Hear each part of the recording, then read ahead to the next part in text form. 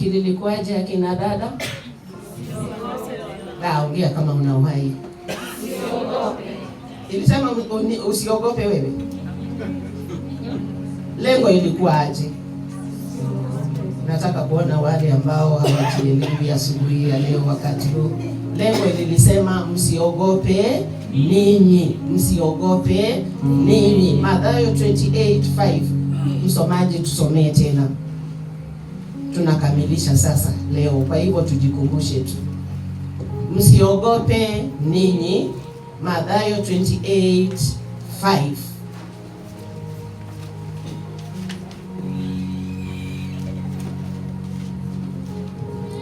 Mathayo mtakatifu 28:5 inasema, malaika akajibu akawaambia wale wanawake, msiogope ninyi, kwa maana najua ya kuwa mnamtafuta Yesu aliyesulubiwa. Bwana bariki neno. Amen. Malaika wakatokezea akina dada 5.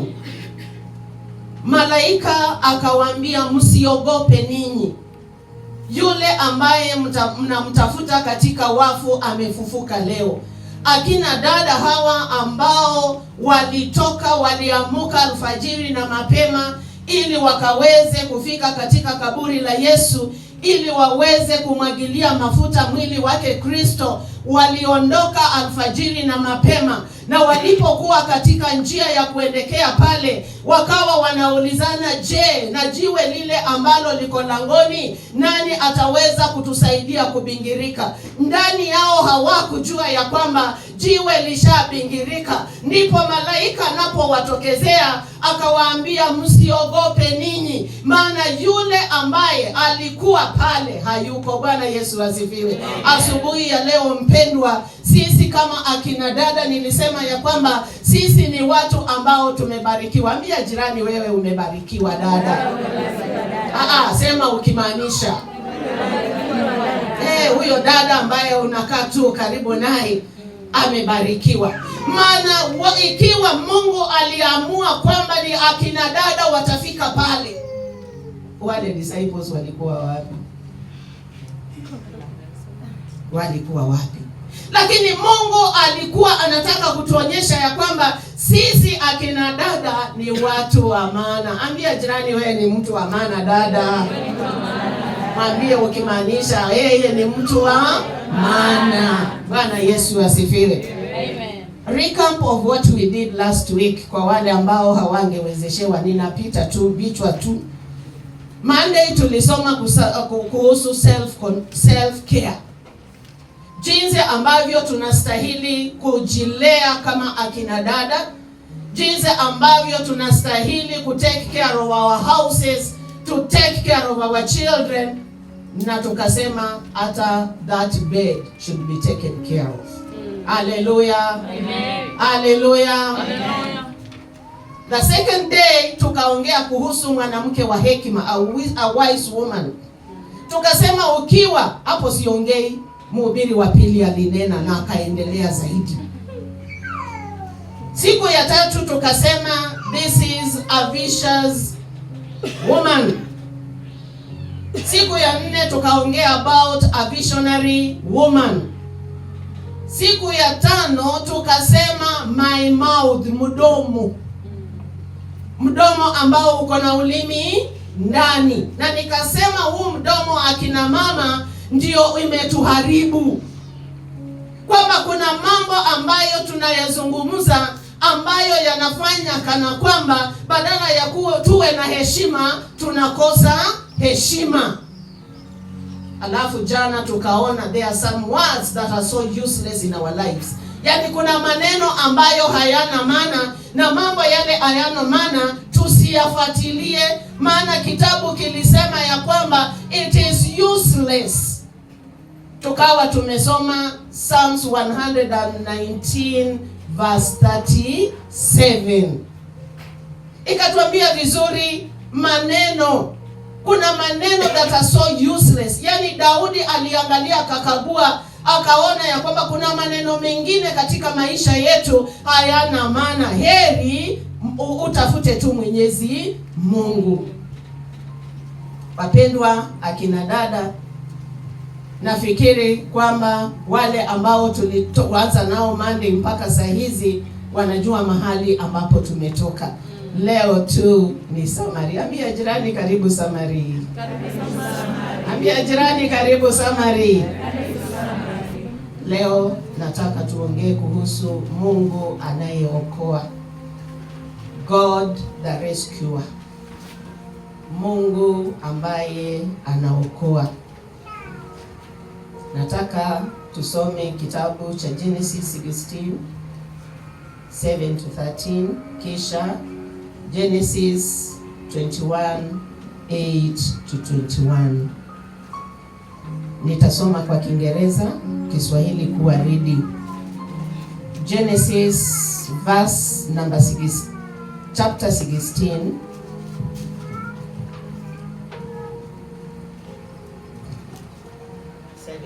7-13. Nasema hivi: The angel of the Lord found Hagar near a spring in the desert. It was the spring that is beside the road to Shul 8. And he said, Hagar, slave of Sarai, where have you come from, and where are you going? I am running away from my mistress Sarai, she answered. 9. Then the angel of the Lord told her, Go back to your mistress and submit to her. 10. The angel added, I will increase your descendants so much that they will be too numerous to count. 11. The angel of the Lord also said to her, You are now pregnant, and you will give birth to a son. You shall name him Ishmael, for the Lord has heard of your misery. He will be a wild donkey of a man. His hand will be against everyone, and everyone's hand against him, and he will live in hostility towards all his brothers. 13. She gave this name to the Lord, who spoke to her, You are the God who sees me. For she said, I have now seen the one who sees me. Bwana Yesu abariki andiko. Kiswahili.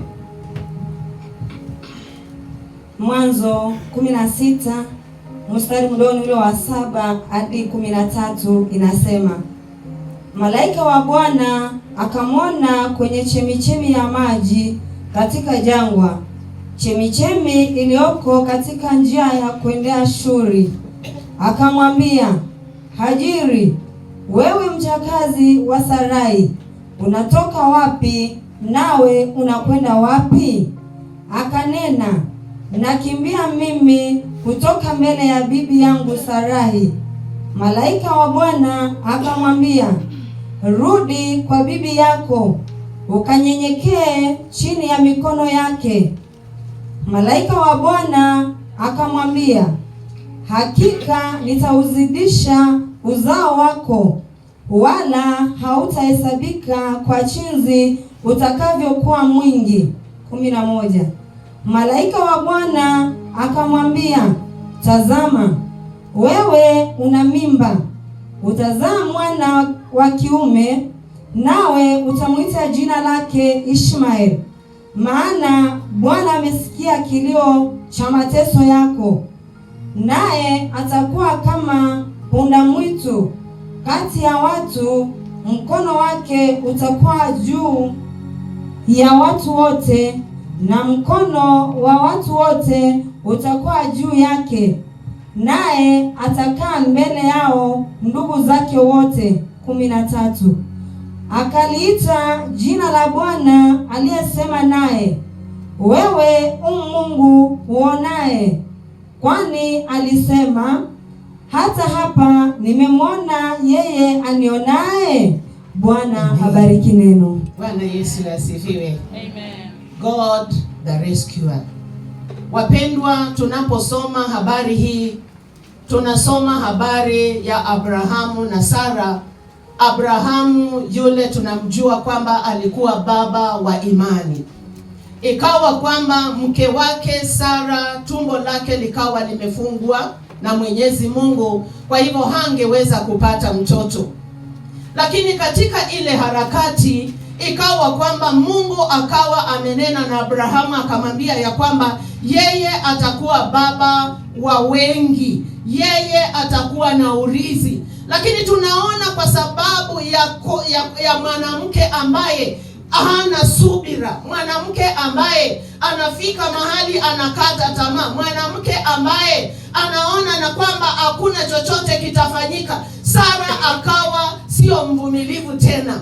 Sara ikafika mahali akashawishi mume wake, anamwambia mume wake, ninaona wewe hutapata urithi, kwa hivyo ile kitu ninakupatia huyu mfanyikazi wetu Haga ili ukazae na yeye.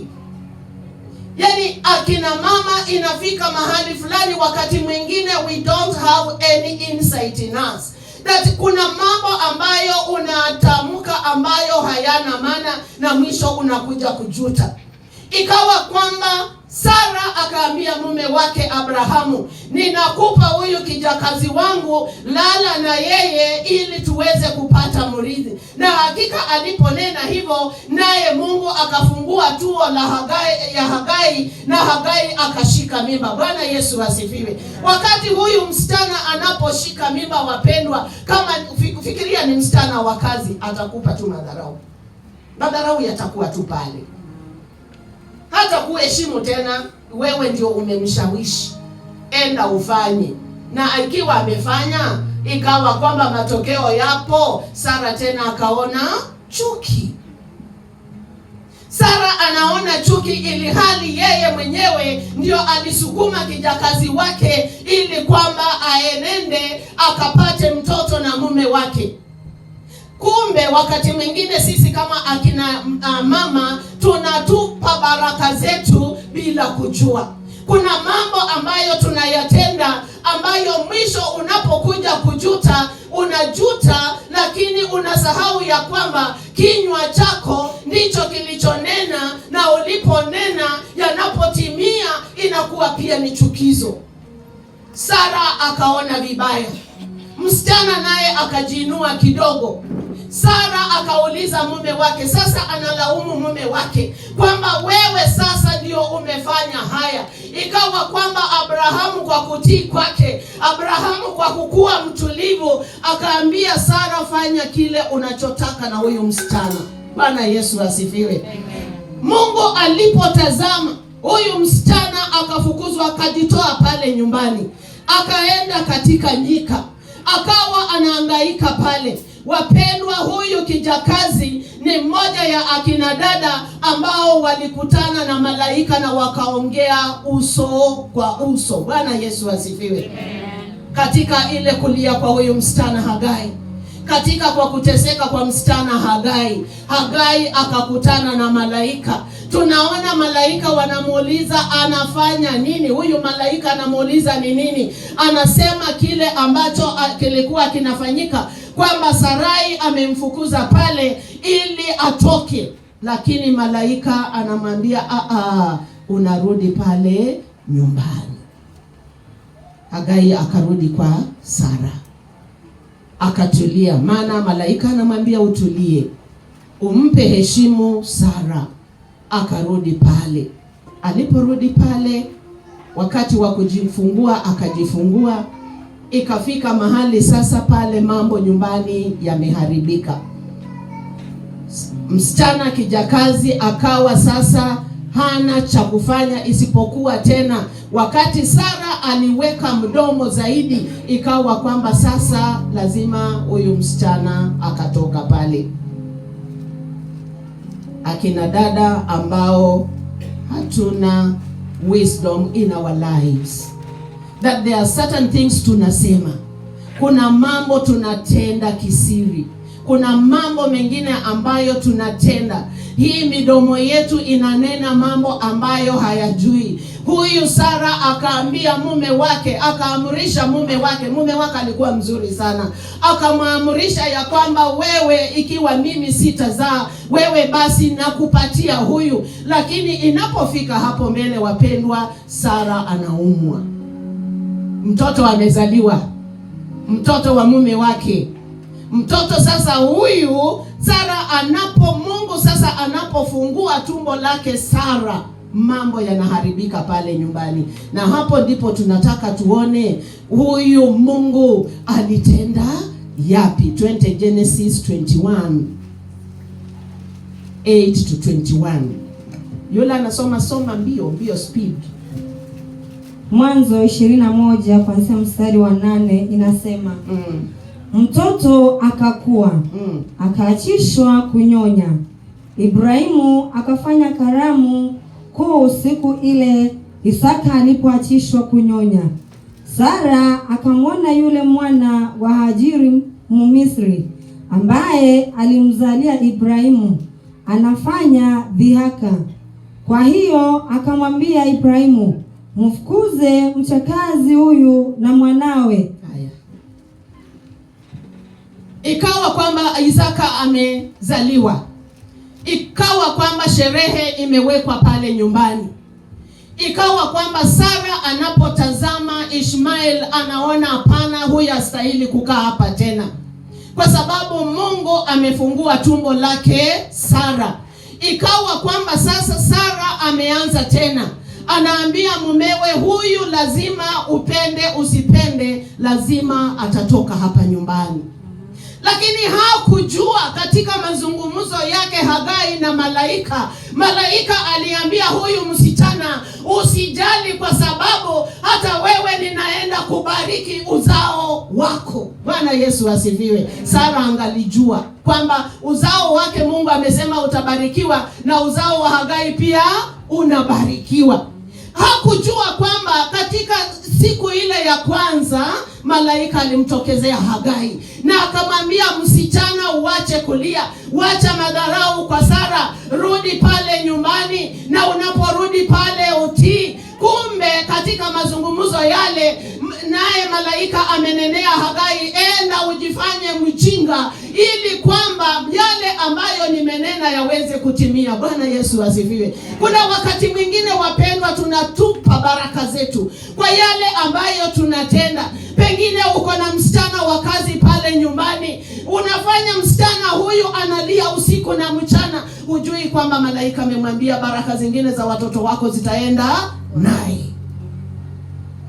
Na unapata yule msichana wa kazi ametoka pale na baraka zako zote. Alafu naanza kulia, shetani kweli. Shetani ni mdomo wetu. Endelea madam. Mstari wa 10 unasema, kwa hiyo akamwambia Ibrahimu, mfukuze mchakazi huyu na mwanawe, maana mwana wa mchakazi hataridhi pamoja na mwanangu Isaka. Anamwambia mfukuze. Anasahau ya kwamba yeye mwenyewe alishurutisha mumewe ili aweze kupata mtoto na kijakazi. Anasahau ya kwamba kijakazi alikuwa pale. Unajua kijakazi lazima angetii. Kijakazi alipoambiwa hivi ndivyo tunataka, kijakazi akakubali. Lakini hapa mbele inafika ya kwamba yule ambaye alimwambia na kumlazimisha, sasa anaona hapana, mtoto wake hawezi chukua urithi wake. Ili hali anasahau ya kwamba Mungu aliponena na Abrahamu alimwambia ya kwamba hakuna mtu mwingine atachukua urithi isipokuwa mtoto wake. Bwana Yesu asifiwe. Amen. Ikafika mahali ya kwamba huyu mwanamke amejaa chuki, amejaa mambo mazito ndani ya moyo wake. Vivyo hivyo ndivyo Wakristo siku hizi. Sisi akina dada tumejaza chuki katika maisha yetu, tumejaza chuki katika nyumba zetu, tumejaza chuki kote kote. Unapata ya kwamba hata kama Mungu amekubariki hakuna baraka tunabeba. Bwana Yesu asifiwe. Amen. Hagai akafukuzwa, akaambiwa toka. 11 inasema na neno hilo lilikuwa baya sana machoni pa Ibrahimu kwa ajili ya mwanawe. 12 Mungu akamwambia Ibrahimu, neno hili lisiwe baya machoni pako kwa ajili ya huyu mwana na huyu mchakazi wako. Kila akwambialo Sara, sikiza sauti yake, kwa maana katika Isaka uzao wako utaitwa. Bwana Yesu asifiwe. Tukasema wakati mwingine kwa sababu ya midomo zetu, mwanaume atakaa pale amejikunja, utasema useme haongei.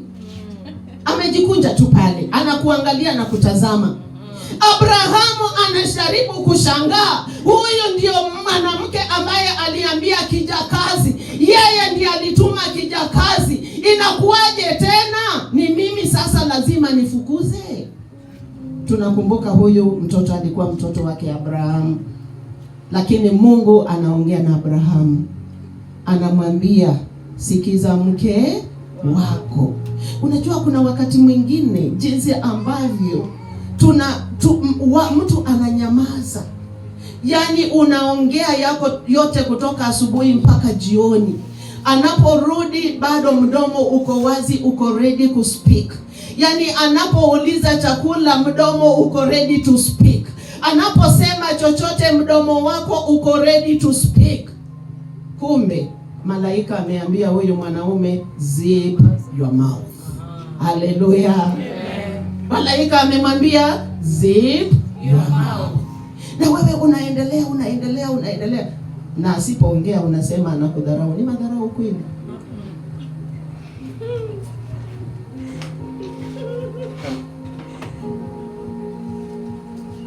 13 inasema, naye mwana wa mchakazi nitamfanya kuwa taifa, maana huyu naye ni uzao wako. Amen. Sikia mazungumzo ya Mungu na Abrahamu. Huyu Sara hajui ni mazungumzo gani yalienda baina ya malaika na Hagai. Hajui ni mazungumzo gani ambayo Mungu anazungumza na mume wake. Lakini yeye mdomo wake ni ile lazima atatoka, lazima aende. Na unajua huyu Abrahamu Mungu amemwambia wacha kupishana na yeye. Zip your mouth and put your eyes to see. Nini ilifanyika zaidi?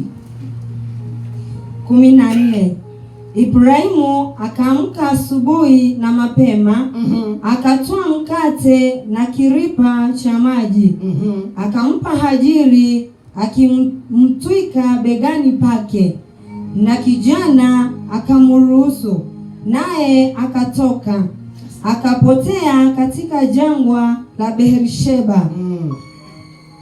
Yaani Abrahamu ametii. Mungu amemzungumzia. Amemwambia tii tu haya maneno ya huyu Sara. Lakini pia the same God alikuwa already ameona na anaenda mbele ya huyu msichana. Hata kama Ibrahimu anampatia maji na anampatia mkate ambao hungeweza kumsaidia kwa muda mrefu, lakini kumbe Mungu na malaika walikuwa wametangulia Hagai. Kumbe walijua ya kwamba fukuzwa kubatizwa, lakini kuja ukabebe baraka zako. Haleluya. 15 inasema yale maji yakaisha katika kiriba, akamlaza kijana chini ya kijiti kimoja. Akaenda akakaa akimkabili mbali naye kadiri ya mtupo wa mshale, maana alisema nisimwone kijana akifa. Naye akakaa akimkabili, akapaza sauti yake akalia. Amen. Abraham ametii, ameaga mtoto wake na mama yake, wanaenda mahali ambapo hawaelewi, wanaenda jangwani, wilderness. Huyu mama na mtoto wake wamebeba chakula kidogo tu, chakula ambacho hakitauifikisha mbali. Wanapoenda pale, ikafika wakati kwamba sasa maji hayapo, chakula kimekwisha, na kumbe yule Mungu aliyezungumzia Abrahamu ameweza kutangulia huyu mama na mtoto wake. Anapokuwa kwamba sasa mtoto ndio huyu, mtoto analia, hana maji, mtoto analia, sasa wako katika jangwa, mahali ambapo hamana chochote. Ikafika mahali malaika yule akateremka mara ya pili. Bwana Yesu asifiwe. Malaika alipoteremka, aliangalia msichana huyu, akaangalia kilio chake, akaangalia kilio cha mtoto. Mtoto amewekwa pale, hana cha kufanya, lakini malaika alipokuja, suluhisho lilipatikana. Bwana Yesu asifiwe. The God that rescues. 17 Mungu akasikia sauti ya kijana. Malaika wa Mungu akamuita Hajiri kutoka mbinguni, akamwambia, una nini Hajiri? Usiogope, maana Mungu amesikia sauti ya kijana huko aliko. Amen. Malaika yule anajitokeza mara ya pili, anakuja kumwambia ni nini? Tunaona mtoto analia, wewe mwenyewe unalia. Usijali msichana, usijali Hagai, maana Mungu yule aliye mbinguni ameona kilio chako, ameona kilio cha mtoto. Kwa hivyo usaidizi ukafika wakati ule. Bwana Yesu asifiwe. Bwana Yesu asifiwe. Yaani Hagai ako pale na mtoto, ako pale, chakula kile alipewa na Abrahamu kimekwisha, maji yale alipewa pale yamekwisha, lakini kumbe malaika alitaka afike wakati unaofaili. Bwana Yesu asifiwe. God comes at the right time. Ambia jirani, God comes at the right time. Unajua Sara angalijua kwamba anafukuza baraka kwake, hangemfukuza, maana yeye ndiye alianzisha, si ndio? Kuna akina mama wanaanzishanga tu maneno, na nikasema juzi kwamba Mungu naye Biblia inasema akina mama wasichapwe. Nikasema Korani inasema akina mama wasichapwe, lakini huyu mama anaweka mdomo mpaka anasema nichape. Anapochapwa basi mambo yanaharibika, analia ni kama anauliwa. Sasa Abrahamu angekuwa ni mtu wa kuweka kiboko, wapendwa, ni kiboko ngapi angeweka huyu Sara? Angemweka viboko vingapi? Kwa sababu yeye ndiye ameanzisha. Alafu kisha sasa mbele anakuja kulaumu mzee. Jinsi ambavyo wengine wetu tunaanza vita na majirani, alafu tunaingiza mzee. Mzee anapoenda pale anatolewa jicho, unabaki na mtu na jicho moja. Haleluya.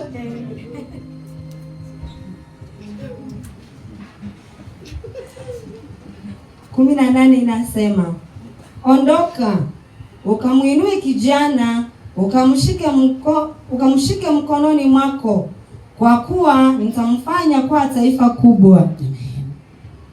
Inuka, shika mtoto, nitamfanya taifa kubwa. Inuka. Na unajua huyu mama, ukisoma Biblia vizuri, Hagai, yeye ndio mama peke yake katika Biblia alipatia Mungu jina. Alimpatia jina.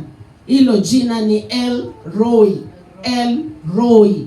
El ROI, kumaanisha kwamba my God sees. The only woman. I don't know how many women here are doing that in their families. That when somebody looks at you, when your children look at you, they see God in you. Yani yule mume wako anapokutazama anaona Mungu ndani yako. Watoto wako wanapokutazama wanaona Mungu ndani yako. Sijui ni wangapi. Unajua mchana sisi ni wazuri sana, lakini usiku huwezi jua ni yule alikuwa ametulia. Sara. Unajua kumbe haya mambo yalianzia na Sara. Ikawa kwamba Sara analazimisha, lakini inapotendeka tena anaona vibaya. Lakini hakujua Mungu wa yule mnyonge yuke. Mpendwa, unaweza kuwa hapa, mambo ni mengi sana, mambo yamekusonga, wewe unapitia mapito, kumbe there is Eloi, yule ambaye anakujua, yule ambaye anakupenda, yule ambaye anangoja tu uweke kilio chako cha polepole, ukapige magoti yako ili kwamba akaweze kukuja, na malaika anapokuja basi shida itakwisha. Bwana Yesu asifiwe. Hagai alikuwa analia, lakini mwishowe hapo akanyamaza, maana maji yalikuwa pale. Na ninaamini ya kwamba hayakuwa maji tu, bali chakula pia kikakuwa pale. Mtoto akaweza kufurahika tena, mtoto akaweza kukua tena, na msichana huyu akabahatika kuwa huyu kijana yake was going to be a leader. Bwana Yesu asifiwe. Na hapo ndio tunapata kabila la Ishmaelites, kabila lake. Na ukisoma Biblia hapo mbele unajua ya kwamba wale watu wa Isaka walishinda wakipigana vita na watu wa Ishmael. Kwa hivyo vita vingine ambavyo tunaanzisha kwa nyumba zetu, vita ambavyo vingine tunaanzisha mahali pa kazi, vita ambavyo vingine maneno ambayo tunazungumza kichini ya siri, kumbe Mungu anaona. Yule mtu ambaye unadharau, kumbe Mungu anamjua zaidi. Bwana Yesu asifiwe. Amen. Nikasema ya kwamba sisi kama ladies, we have really to know what we speak and where we speak. Ni what is it that comes out of our mouth. Sara yeye alisema huyu lazima atoke. Sijui wewe na wewe unasema nini, sijui wewe na jirani yako unamwambia nini, sijui wakati unapoenda kule nyumbani mpendwa, wewe unapofika pale, sijui unaambia mama mkwe wako nini, sijui unaambia baba mkwe wako nini, sijui ikiwa wewe ni mama ambaye uko na mdomo wa Sara, unatuma mume wako kuanza vita na wazazi wake. Maana kuna watu ambao wanapitia kwa waume, na waume kama Abrahamu ananyamaza, naambiwa mama amesema, anaenda kuingilia mama mzazi, laana unapokea.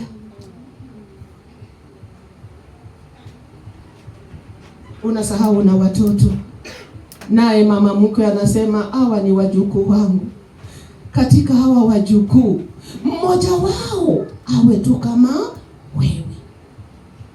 Alafu mtoto yani ile inaingia mtoto, mpaka mtoto ukianzisha na yeye anaanzisha, ukisema yeye anakujibu, alafu naanza kusema anafanana baba kweli. Unasahau wewe ni Sara. Uliweka maneno kwa Abrahamu akanyamaza. Kwa hivyo wakati uliweka kwa yale maneno, basi wewe ni mmoja wa wale ambao unavunja nyumba ama maboma ya watu. Kuna akina dada wale wamevunja maboma ya wengine. Wanapoenda pale, ndugu na ndugu hawasikizani kabisa, hawataki kuwaona, na anapitia chini ile anaongea usiku. Tuliambiwa kuna mambo mengine katika hiyo mambo. Sasa ukinunguniza hapa kwa masikio, si yanaingia, alafu yanapoingia sasa anatoka asubuhi kwa mama mkwe, anamwambia mama wewe, na sasa chini yako unafurahia. Mpendwa, tujue ya kwamba malaika ametangulia huyo mama mkwe, wewe na kizazi chako mtangania. Hagai akalia kilio, Hagai Mungu wake akamwonekania. Hagai akawa ni msichana, ni mama ambaye mwisho alikuja kuona matunda ya mtoto wake. Hata ingawa kwamba Sara alimkataa, hata ingawa kwamba Sara alimlazimisha afanye maneno ambayo hayastahili, lakini mwishowe Mungu naye hakuyaona maneno hayo. Aliona msichana ambaye hana hatia. Bwana Yesu asifiwe. Wapendwa akina dada, this week we have learned a lot. Tumeongea mengi. Sijui wakina Sara hapa ni wangapi?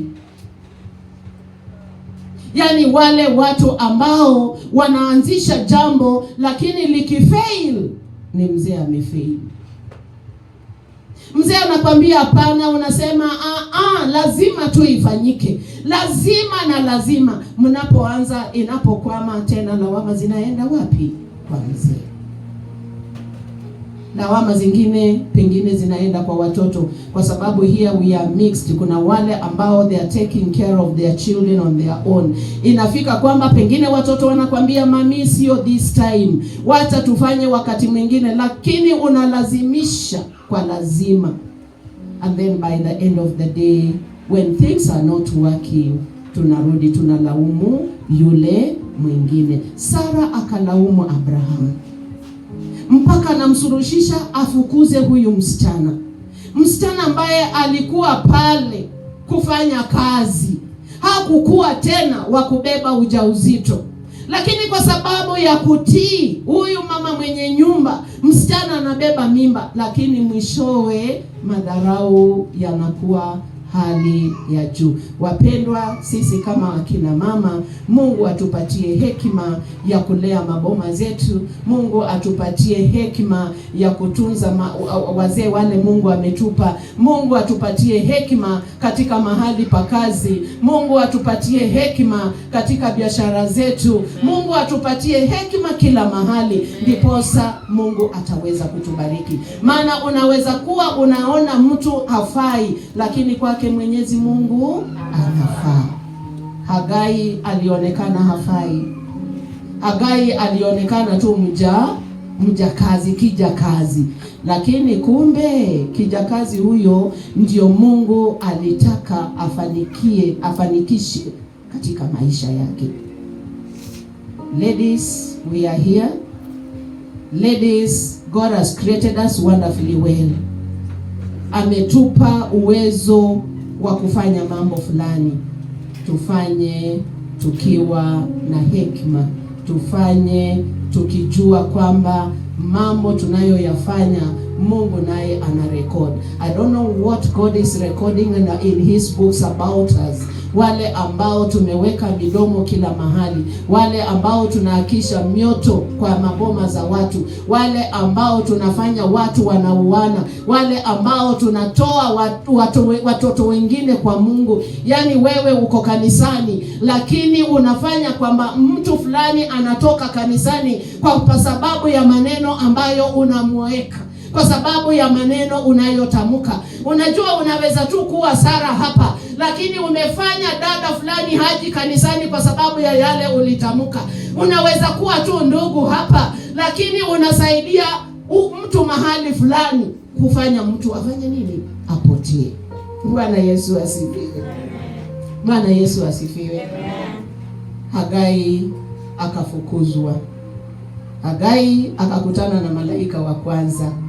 Hagai akakutana na malaika wa pili. Mpendwa, kama unataka kukutana na malaika wako, malaika wa baraka, tutafanya mambo ambayo tunastahili kuyafanya. Tutakuwa akina dada ambao tunaheshimu Mungu. Tutakuwa akina dada ambao tunajua vizuri kwamba ikiwa nimekiri na kinywa changu kwamba ninampenda Kristo, ikiwa nimekiri kwamba mimi ni mtoto wake Mwenyezi Mungu, kuna maneno mengine ambayo hatutafanya. Hatutaweza kutupa baraka ambazo Mungu ametupa kwa sababu ya midomo yetu. Hatutaweza kutupa baraka ambazo Mungu anataka kubariki watoto kwa sababu wewe ulifanya makosa kwa msichana fulani, ama ulifukuza mtoto wa ndugu kwa nyumba, ulifukuza mtoto wa shemeji yako kwa nyumba. Pengine huyu mtoto anapotoka, malaika wake wamemngojea, anapolilia Mungu, Mungu anamsikia. Ndipo unapata ya kwamba mtoto yule amepata kazi nzuri, lakini wako wale umesomesha bado uko nao kwa nyumba kwa sababu ya matamshi uliyotamka, na Mungu naye alipoangalia akaweza kubariki huyu mtoto. Bwana Yesu asifiwe. Kuna wakati mwingine watoto tumeishi nao tukawafanya mambo mabaya, tukawaongea vibaya, wengine tukawafinyia ugali kwa mikono, ukimwambia mimi si mama yako, mimi si baba yako, na kumbe Mungu alikuwa amesaka kwamba atabariki wako, baraka za watoto wako zinaenda. Bwana Yesu asifiwe. Amen. Baraka zake Abrahamu angekuwa kwamba angegawana na Ishmael ikiwa angetii, na ikiwa huyu mama pia hangeweza kumlazimisha huyu kijakazi, pengine hizi baraka zote zingekuwa kwake. Lakini kwa sababu yeye mwenyewe aligawa baraka zake, vivyo hivyo wapendwa, ndipo tunagawa baraka zetu. Inafika mahali kwamba Mungu anapokutazama anaona yale ulifanya, yale ulifanyia yule jirani, yale ulitenda, anakuangalia na shangaa, huyu ni mtoto wangu ama ni nani? Wapendwa, sisi kama akina dada, midomo yetu ndiyo tumeweka ni ya kulaani. Midomo yetu ndiyo tumefanya haina maana. Mtu anapokutazama haoni mtoto wa Mungu, bali anaona mama wa masengenyo, bali anaona mama wa vitina, maana anaona mama ambaye hakweli kuja kanisani ni kazi bure. Lakini anapokuwa pale nje, mambo yale tunayotenda yanachukiza Mungu. Bwana Yesu asifiwe. Amen. Hagai angelikuwa wa kuongea, angeambia huyu mama, mama ni wewe ulinilazimisha, mimi sikukuwa nifanye hii, na kwa sababu ulinilazimisha, kwa nini sasa imefika hapa unanifukuza? Lakini kijakazi hana mamlaka kwa nyumba ya mwenyeji wake.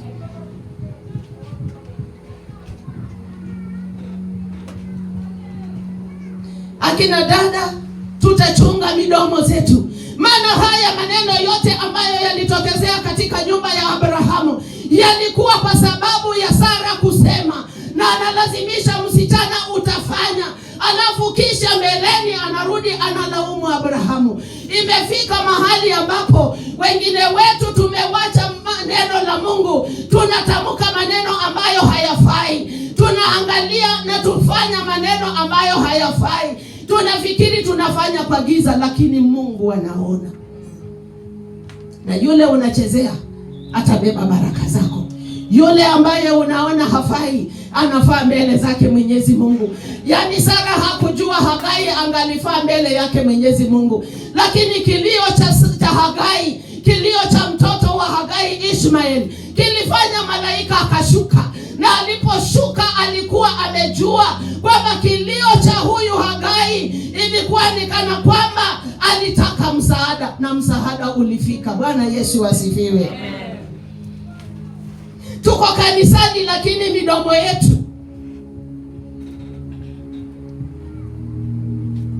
midomo yetu kumbe tuliiga kutoka kwa Sara. Kumbe Sara alisema, kumbe Sara aliambia, na aliponena na ikafanyika. Unaambia mzee enda uchukue loan, alafu akishachukua hiyo loan, wewe ukishaiona unasema mimi nitakula vizuri,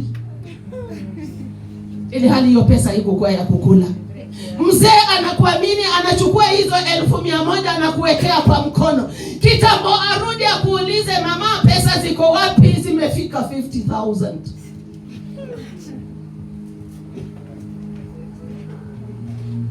Na akiitisha anasema, ulikuwa unatakaje? Unataka nifanye nini? Ulikuwa unawecha pesa ya chakula. Sasa chakula, kweli chakula inanunuliwa 50,000 to 2 weeks. 2 weeks 50k. Yaani midomo ambayo Sara alianzisha kwa kina dada. Tusipojua Mungu na tuweze kujua yale ambayo tunastahili kuzungumza, hakika baraka zinatoka. Pengine mzee alikuwa ajenge, sasa wewe hauna nyumba. Pengine mzee alikuwa aenda alipe dawari kwenu, utakaa hapo bila hiyo dawari, si ulikula?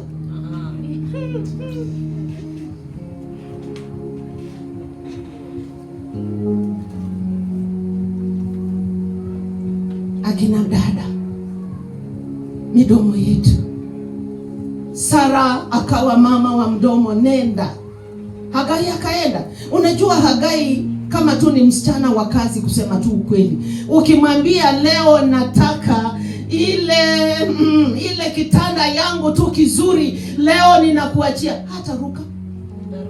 Halo, ataruka ama hataruka? Ikiwa anakanyaganga kama hauko, anarukia. Je, ukimwambia, ukimpatia sasa mamlaka aende, si ataenda? Na anapoenda unamlaumu kwa nini, na wewe ndio ulimtuma. Sara akamwambia, akaenda. Mungu naye akasikia, akatimiza. Wakati Mungu anatimiza, pia kunakuwa na makasiriko. Hivyo ndivyo tulivyo, kwamba kuna mambo tunazungumza ambayo yanapofika pale yanarudi back, unaona kama yule ni mbaya, ili hali ni wewe mwenyewe. It is only God you should tell to tame your tongue. It is only God, tumwambie Mungu, angalia ulimi wetu. Maana baraka zingine, wapendwa, tumewachilia kwa sababu ya matamshi yetu. Baraka zetu zingine tumewachilia kwa sababu ya matendo zetu. Baraka zingine tumewachilia kwa sababu tumekuwa chukizo mbele yake Mwenyezi Mungu. Kwa sababu Mungu alipotazama Abrahamu na alijua Abrahamu ni yule baba wa imani, akaamua ya kwamba huyu mzee nisipomwambia kile cha kufanya, anaweza akafanya mambo ambayo hayastahili, na ili hali yeye ni mtu mtulivu, mtu yule ni wa imani. Kwa hivyo Mungu akaamua haraka aweze kumwambia kile anakachoweza kufanya. Vivyo ndivyo, wapendwa, katika nyumba zetu, hivyo ndivyo mambo yanaendelea. Na Biblia ikasema mwanamke mpumbavu anavunja nyumba yake kwa mikono yake mwenyewe. Si utamki mwenyewe, mikono yake mwenyewe. Hiyo mikono yako tu, hizo mikono zako tu. Lakini wangesema anaharibu kwa sababu ya mdomo wake yeye mwenyewe.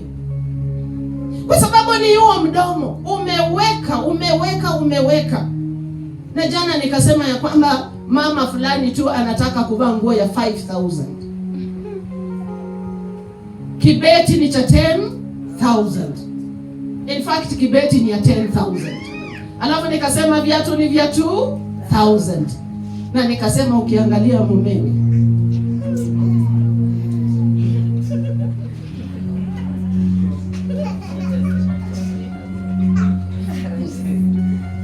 tulisema mumewe anakaaje? Anakaaje? Tulisema anakaaje? Anakaa jirani. Ndipo unapotembea na yeye, wewe umebeba kibeti ya 10,000, umevaa viatu vya 2,000, na mumeo nilisema kakoti anapoanza kanafanya hivi nyuma, sio? Kiatu kimeisha mpaka kimebend, na pengine hata kimekuwa kimefunguka mdomo wa samaki. Mbele imekuwa ni mdomo wa samaki. Unapokutana na watu, hata you can't introduce him, kwa sababu mtu anapokuangalia na anamwangalia anaona watu wawili tofauti.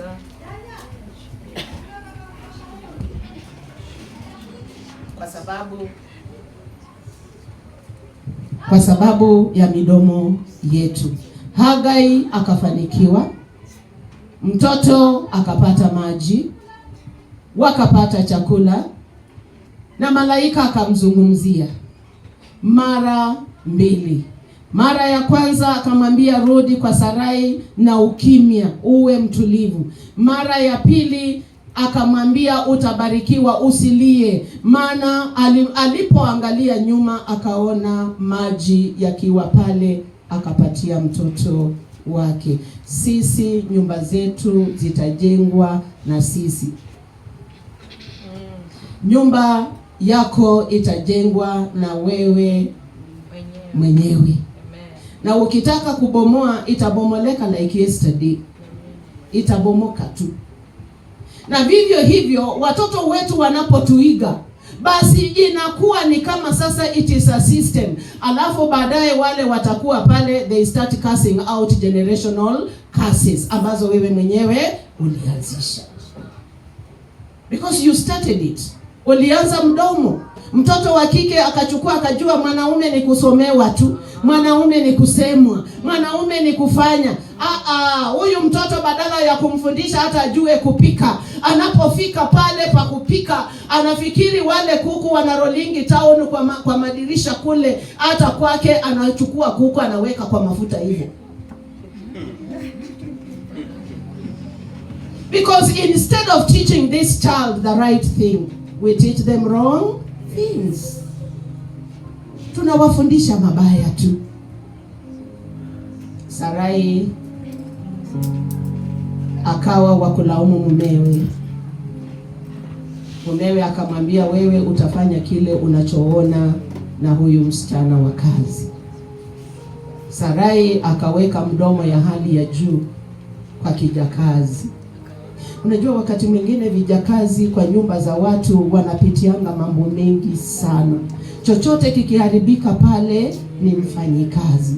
Chochote kikifanyika pale ni mfanyikazi. Na haya mambo yote hayatokangi kwa mzee wa nyumba, yanatoka kwa kina mama sisi tu. Huyo mzee hata hayuko, lakini unapoona mambo yamekuwa mabaya umeanzisha, sasa unataka mzee akuli hiyo mambo. Kwa nini sasa? Kama kitu ulianzisha sumalize. Ukianzisha kitu sumalize. Ukianzisha kugombana na jirani, si wewe mwenyewe umalize tu. Ukigombana tu na mume wako, si wewe mwenyewe umalize tu. Kwa nini unakimbia tena kwingine kusema mume wangu?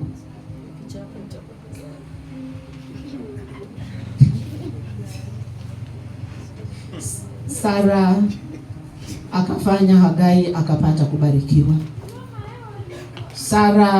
Hagai akawa ni yule mtoto wake, akawa sasa wa kulead watu wakubwa, a big generation, kwa sababu ya Sara. Wapendwa, sisi ni akina dada, wacha tukawe watu ambao tutatumia vinywa vyetu vizuri. Na jana nikasema we should not speak useless words. Let our mouth never speak useless words. The Bible says worthless words. Yani kuna mambo mengine ambayo hatustahili kuzungumza, maana unapozungumza yanakushusha hekima, yanakushusha respect, yanafanya kana kwamba wewe unaonekana yule dada ambaye hujui Mungu. Sara, baraka zikagawanywa mara mbili. Zikaenda na Hagai, zingine akabaki nayo. Na kama hangeleta na aambie huyu msichana fanya hii, angekuwa na hizo baraka zake zote. Wapendwa, najaribu kusema nini? God is a God yule ana rescue wanyonge. Mungu ni Mungu wa wanyonge. Usione mtu ukaona kama huyo ni mnyonge sana, huyo ndio Mungu anatafuta. Wapendwa, tusipoteze baraka zetu kwa sababu ya kufanya mambo ambayo hayafai. Ile nyumba yako, jinsi nilivyosema Jumatatu, hakikisha your house is very clean. Na nikasema kwamba nyumba zetu wakati fulani nikasema ya kwamba wakati wa usiku, because of the security in our houses, akina dada, amka mapema, shughulikia hiyo shughuli ulifanya usiku.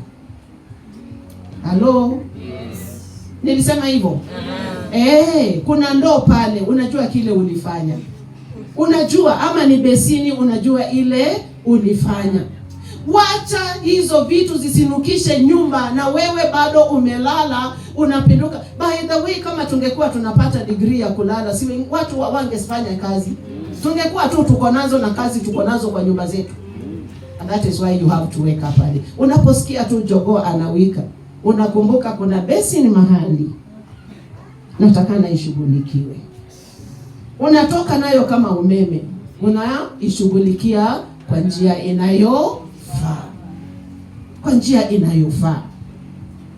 Na tunapofanya hivyo, wapendwa, Hagai hawatabeba baraka zetu. Kuna hizi nyumba kubwa kubwa unapata ya kwamba msichana wa kazi ndiye anaingia paka bedroom anatandika kitanda, msichana wa kazi ndiye anafanya kila kitu, msichana wa kazi. Na huyo msichana wa kazi akiwachwa hiyo bedroom, si anaweza pendua tu government. Nani atalaumiwa? Ni mama. Maana bedroom si ni yako wewe mwenyewe kuitengeneza. Lakini pia kuna wale ambao wanaitanga wamama wawasaidie kazi Jumamosi. Wanaendaga tu paka bedroom. Yani anaingia paka bedroom, anatoa shuka nafua. Akina dada. Yani unataka uko hapo lakini umeita fua. Analeta mtu afue nguo, sio? Mtoto wake afulie mzee nguo. Oh. Evangelist ananiambia hapa hata kuna watoto wanaambiwa wafulie wazee nguo.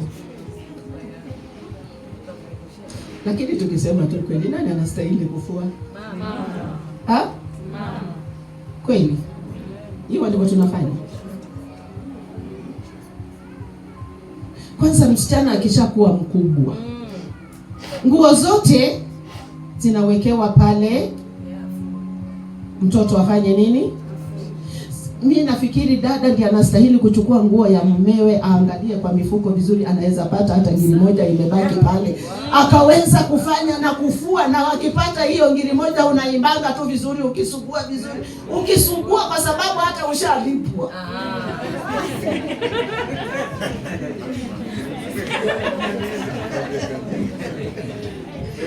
Unajua unaweza faidika. Kwa hivyo hiyo nguo ni ile unajivunia wewe kama mama, yani hizo unazisoti unaziweka kando, maana inaweza kuwa ilibaki. Na wewe ulikuwa unataka hiyo pesa. Ingawa utamwambia mzee nilipata 1000 kwa longi yako, lakini hatakwambia lete. Utakuwa kazi ambayo umefanya imekuwa kazi ya mali, yani umefanikishwa. Mungu asifiwe. Lakini mtoto akipata atakupatia? Mtoto akipata atakupa? Na hata mama ukiona mtoto akwambie nilipata, utamuitisha? Kwa nini umuitisha na ni kazi yako? Acha niulize hivi. Nani anastahili kupikia mzee? Si msichana wa kazi. Si msichana wako. Ni nani? Nani anataka atakana kupanguza viatu vya baba? Ni nani? Viatu vile baba alikanyaga matope, kwa hiyo wakati huko unanyesha unaweka hapo juu kwa mabati. Alafu naye mwizi akipita aone ni kiatu kizuri anapita. Tukisema tu kweli, who is supposed to do that? Akina dada. Na wengine tulitorosha waume kwa nyumba zetu. Sisi wenyewe tulitorosha. Ulimtorosha na alienda. Kwa sababu mtoto umempatia, yani kuna kanyama pale unastahili kukaranga vizuri jinsi mzee anapenda. Maana ni wewe unajua tu. Lakini unapatia mtoto anaona supu. Naweka supu inajaa sufuria. Yani floating soup. Ina float. Mafuta haikuiva, kwa hivyo floating oil. Ina float. Na unajua inakuanga white ila haijaiva.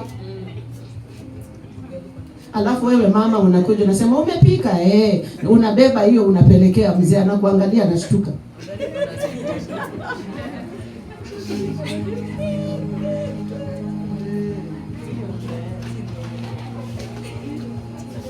So what are we saying? Kwamba irresponsibility, kwamba kuna mambo ambayo tunastahili kuwa tunayafanya kwa njia inayofaa. Zile nguo za that darling of yours, tuliambiwa wanaitwa babe siku hizi. Ile nguo ya babe ni wewe, kwa sababu mnaitana babe. Kwa hivyo babe na babe ndio anastahili kufanya. Yule ni mtoto wako, si babe. Kwa hivyo mtoto wako wacha yeye atakapopata babe afanyie mbele, lakini wewe na babe wako hapo.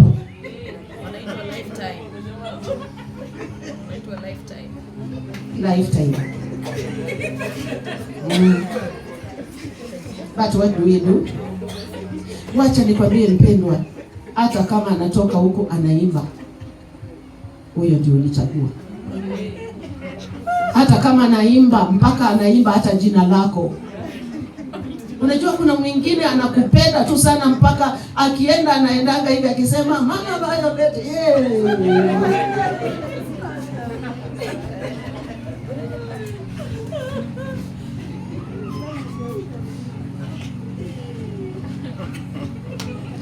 better that bird you have in hand than those that are in the forest.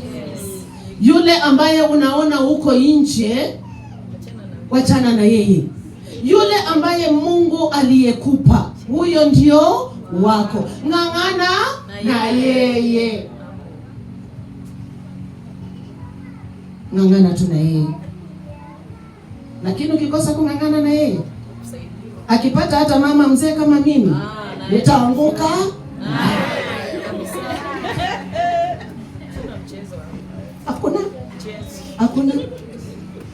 Hakuna.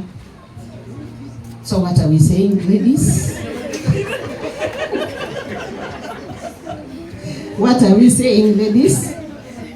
Let's take our responsibilities with a lot of strength, a lot of love, that by the end of the day, utafurahia.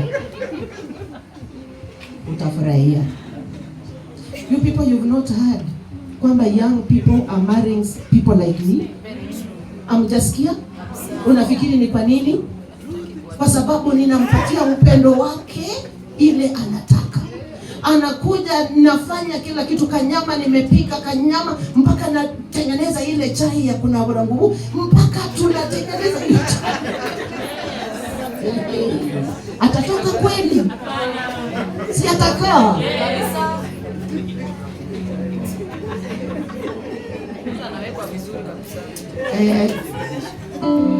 Alafu naenda town, natafutia yeye kasuti kazuri, mpaka tai anafunga. Hata mimi ndio namsaidia kufunga. Sijui wangapi hapa mnasaidia mzee kufunga tai. Unaingiza wakati wewe ndio unaingiza, unawacha wanaingiza, na saa ile atapata mama Violet wa kuingiza. Je, umeisha?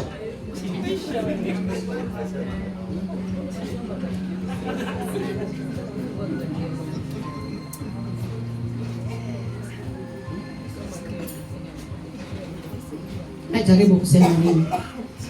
Kwamba majukumu ambayo Mungu ametupa tushughulikie kama akina dada.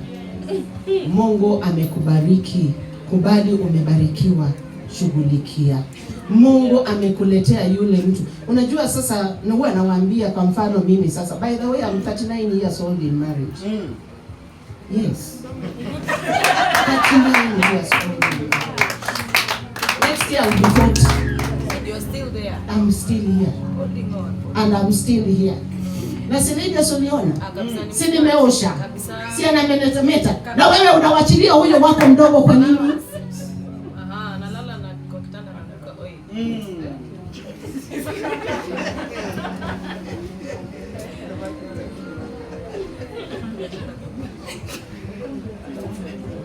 Unawachilia kwa nini?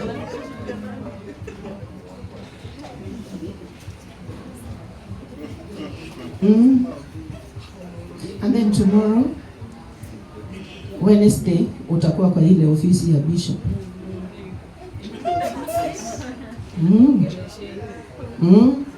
Kwa sababu kiatu kilipotea, uliweka kwa mabati, hakiko.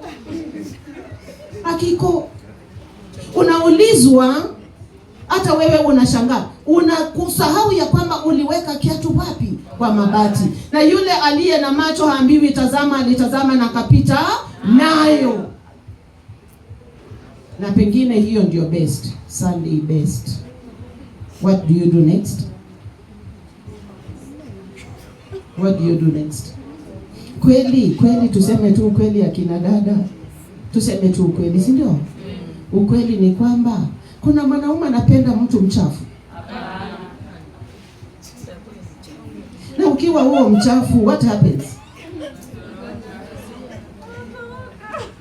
Yani wiki imekaa kwa kichwa for 3 months.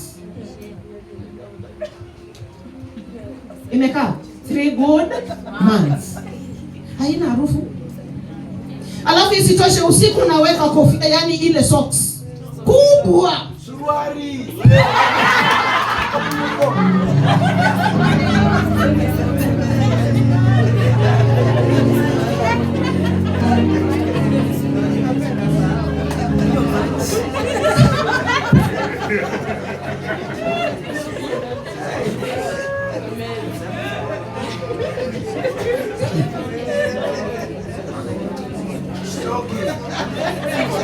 Waambie hiyo stocking ni pastor. Wanauliza gani? Waambie. Oh, stocking. Waambie. Stocking ile inanunuliwa, I think kwa mtumba ni 10 bob. 20 shillings. Either ni grey, maybe ni brown, maybe ni black. Kwanza wanapenda black kwa sababu inanyonya mafuta. Ndio hiyo.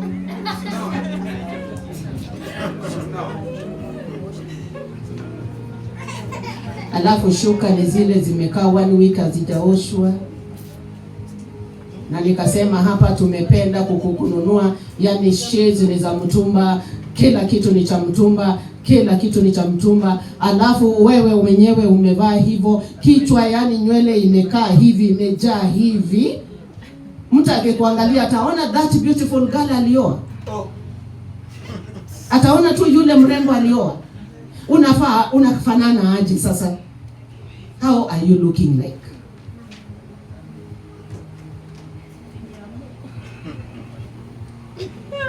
Hello.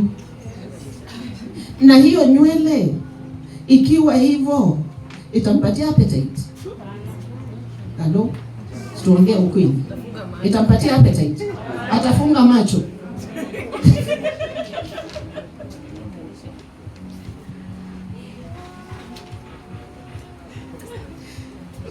Can we do what is right?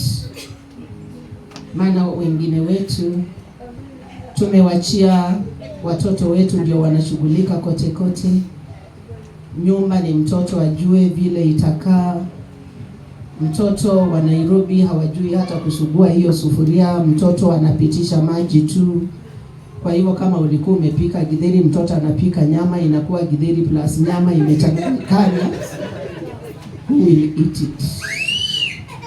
Nani atakula?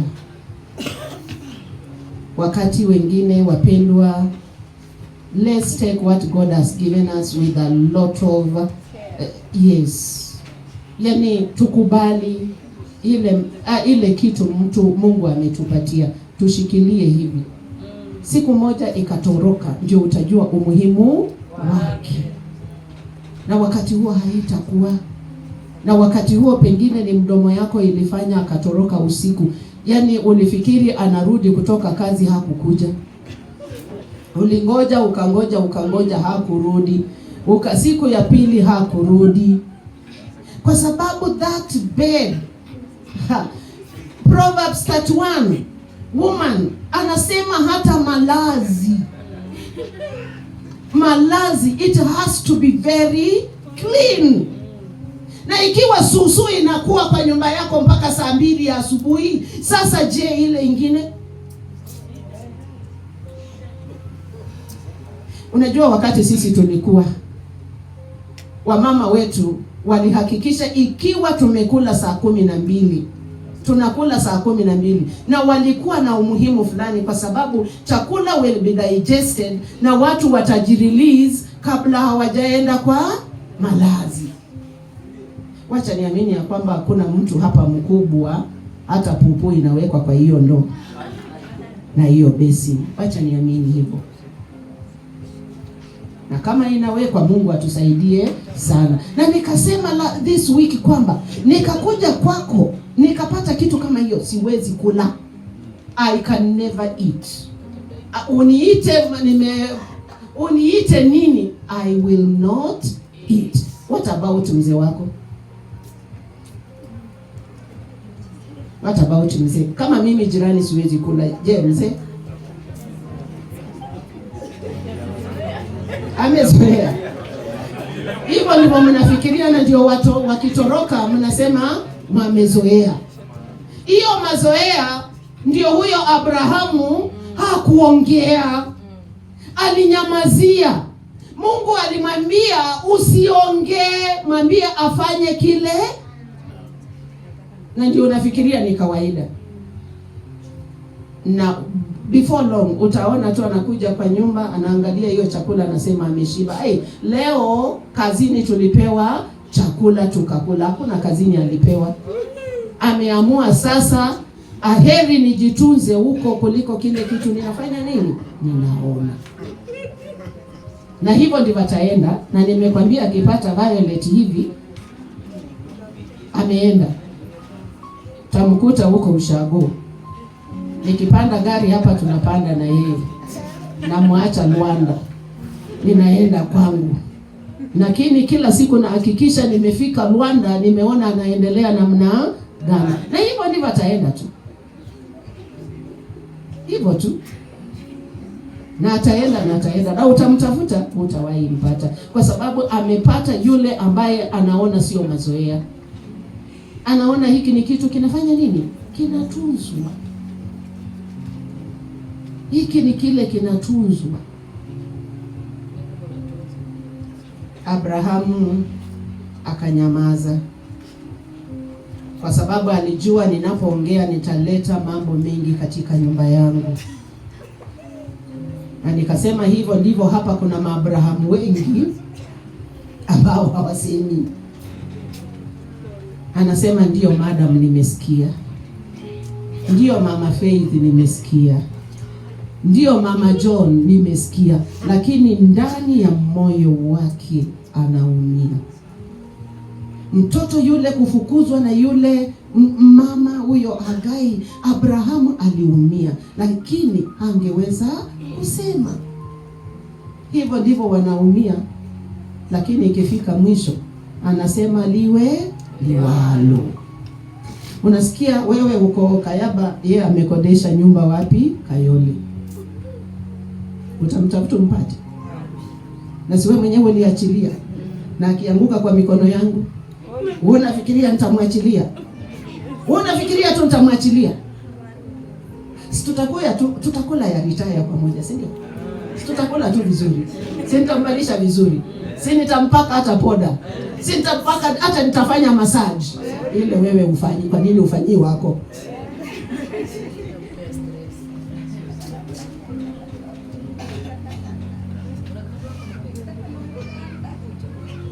Unajua, some of us are still very young. Show me your friend and I show you who you are. Ninapoona huyo mzee wako vile amechakaa, naona wewe vile huko.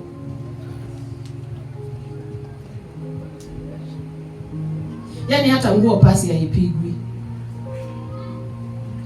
Wengine wanasema ukianika nguo na maji itatiririka, nguo itakuwa. Kazi yako hapo ni nini? Shati moja tu kupiga pasi, trouser tu ya kupiga pasi. Wakati wetu ilikuwa Jumamosi, unapiga pasi na unaweka kwa hangers, unaweka. Sasa kazi yake ni kuchagua tu, anachagua.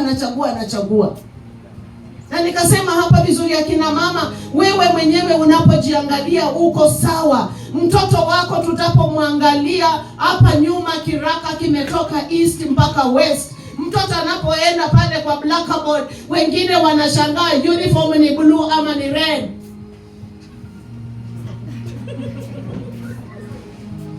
Alafu mwalimu anapokuona vile huko anasema this is the mother. Unajua walimu wanapenda kizungu. This is the mother to Faith. And look at this Faith. Kwani huyu ni mama, ni step mother ama ni mama yake? Na ni wewe ni mama yake. Wewe umejiweka, yani you are so neat, you are so clean, but you are child. Nikasema wengine wanatoka kwa nyumba mzazi yani akina mama wengine tumerudi kuwa photocopies. Mtoto ndiye atachemsha chakula, mtoto ndiye atafanya kila kitu. Wewe unakanyaga blanketi. Mtoto anaenda shuleni, pengine mtoto alikuwa na susu na ile ingine ikatokezea. Anaponukia wengine wanasema mama huyu ni mama aina gani? Kwa hivyo unapoenda pale na banga ya 10,000 wanashangaa na mtoto wake anatoanga harufu kawapi? Shule zinafunguka. Na unajua watoto wanabarikiwa hapa. Lakini wako anapotoka 27 anapoenda ako aje? Atakuwa na kaaji. Ni mtoto anamuvumilia kuwa tu na mama na baba kama wewe.